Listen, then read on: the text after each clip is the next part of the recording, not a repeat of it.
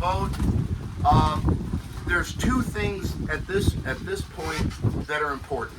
One is when we raise our boat up on the lift after going out, on an outing in the boat, we need to put the motor up. So when it's on the lift, the motor does not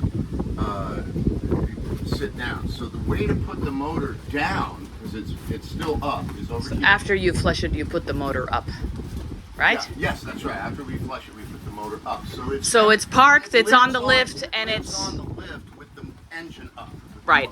The engine up. Now come here, and you'll see this little button here on the throttle, and you're going to hear a hydraulic now. I'm putting the motor, the engine down.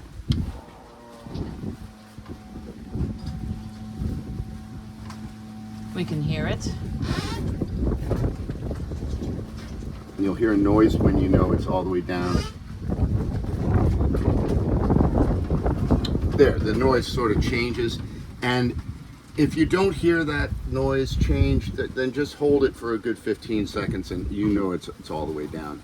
The second thing is, theoretically, and I don't think it would ever happen with this boat, but it has happened with some boats, when the driver turns the ignition on, the engine compartment explodes. And the reason for that is because there can be, theoretically, a buildup of gas fumes in the engine compartment, such that when the ignition is turned on, those fumes get ignited and it blows that cover 30 feet in the air, and people can get hurt and all this stuff. So if you look here, there is a little switch called blower right there, and when we turn that switch on, now you can hear a sound coming from the engine compartment, and those are fans that are exhausting out to the outside world from inside the engine compartment. Just in case there are any buildup of gas fumes, they get expelled before we turn the ignition on. Now, I'm going to turn it off. There's a heck of a lot simpler way to do it too, which is a lot quicker and a lot easier. You don't even have to use the blower. You can just go to the cover. Maybe hold on to the rope though. Open Anyway. it like this. There. Just that. If there were any fumes built up, they'd all be gone now. This is So before now you start the engine. We're ready to start the engine. But before we do that, there's another feature that this is a good time to just see if there's any unwanted water in the hold under decks. And the switch here is called bilge. If you get real close to that switch, you can see on the right side of it, it says bilge. So I'm going to go ahead and push that. Now I'll take the camera and show you. Over here is where the bilge is. It's way at the back of the boat. It's a little white port. And if there's water in the hold, it'll be spewing out of that. And when it stops spewing, you know that you've gotten all the water out. And we don't want to leave the bilge on, and we don't want to leave the blower on either. It's an easy mistake to make. If you do use the blower before turning on the engine, you can drive around with your friends for an hour and a half, and your blower's on the whole time. It's nothing wrong with it. It's noisy, and especially if you anchor and turn the engine off for peaceful time, swimming or whatever, you don't want that electric fan sound. Same thing with the bilge. We don't want to burn that pump out because there's no water that it's pumping. So if there's no water in the hold, run the bilge and turn it off as quickly as possible if you determine that there is no water. The other side of this switch, ACC, I have no idea what ACC stands for, by the way, but when we turn that on, so this switch rocks in the right direction for the bilge, and then the center position is off, and the left position brings on this device, this instrument. This instrument is your depth gauge. Tells you how deep. We're not in 60 feet of water, by the way. It just says that when it warms up. No, we're in 3 feet of water right now. So you never want to go below 3 feet. If you're driving around and you're at 3 feet or 2.8 feet, it's time to use this switch, raise the engine a bit, and turn around or get to deeper water. So you're finding yourself referencing this depth gauge frequently, especially when you're near the shore, and things like that. Of course, here is how much gas you have. This is your RPMs. This is your miles per hour. The boat has a maximum of maybe 50, a little more than 50 miles per hour, maybe with just 2 people in it and you have it floored. A couple other instruments, typical things. I don't really pay much attention to them. Okay, now that our engine compartment has been cleared of any potential gasoline fumes, which I'm sure there wouldn't be anyway, but just to be safe, we always want to make sure there's no fume buildup in there. We've also uncleated the dock line. That was only there in case the lift failed overnight or something. We don't want the boat to float away. We've also put the engine down with this button here on the throttle, so the engine is now down. We've operated the bilge in case there was any water in the hold, and it'll spew that water out into the lagoon. But if no water is coming out of that, we have to turn it off as quickly as possible, because we don't want that bilge pump running without pumping water, obviously. We've then turned on our depth gauge, so our depth gauge is on, and we're ready to turn on the engine. Now, if I put the ignition key in the ignition right now, and I simply turned it right now, I guarantee you the engine would not turn over.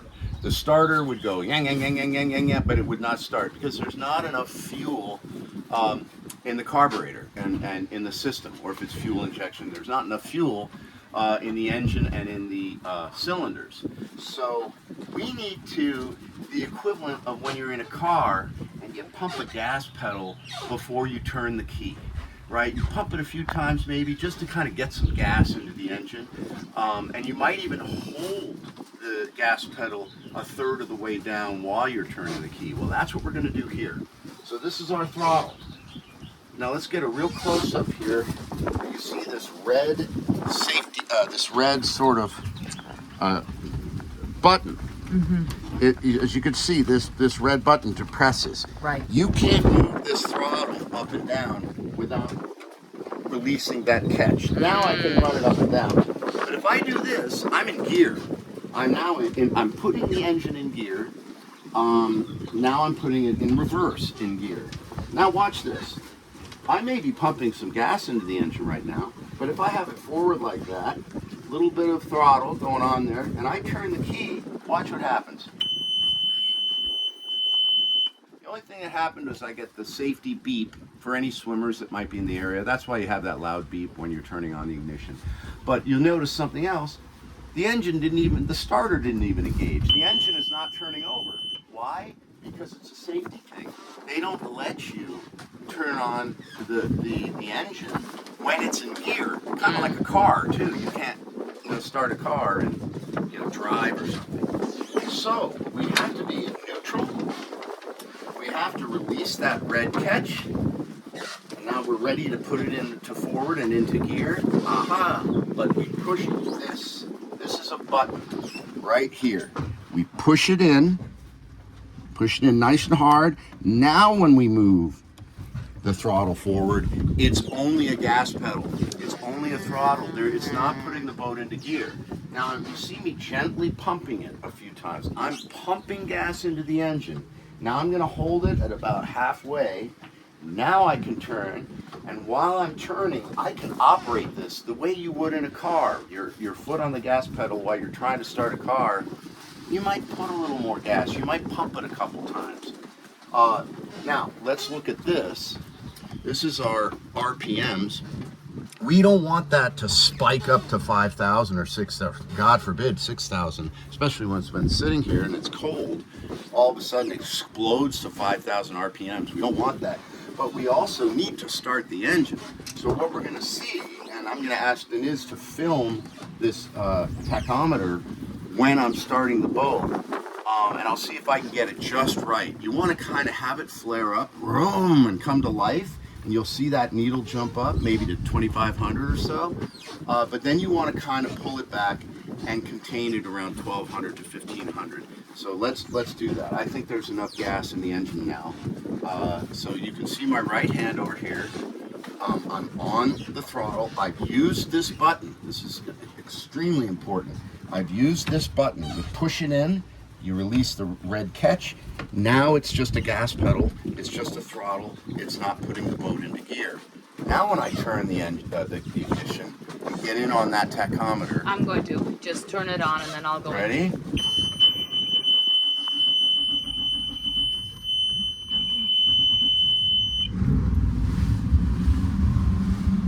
See, it wanted to go up to like 5,000, but I was pulling back on the throttle as I saw that needle going up, because I didn't want it to over flare and over rev. So that's it. Now you can see, let's watch the tachometer. Very important. We want to keep below 2,000 for sure. Sometimes I'll bring it down to like 1,200 or a little more, and at this point you can get out of the boat, you can load towels in, a cooler of beer, whatever it is, kind of, help people aboard, do busy work, stow things, because you need to warm the boat up a good 5 minutes before we put it into reverse and drive out of the boat shed and go out on the water. It needs to be running at around 1,000 RPM or 1,100 or 1,200 RPM for a good 5 minutes. So right now we're about 1,200 RPM, and we're just letting it run. And we can cut here and restart after it's warmed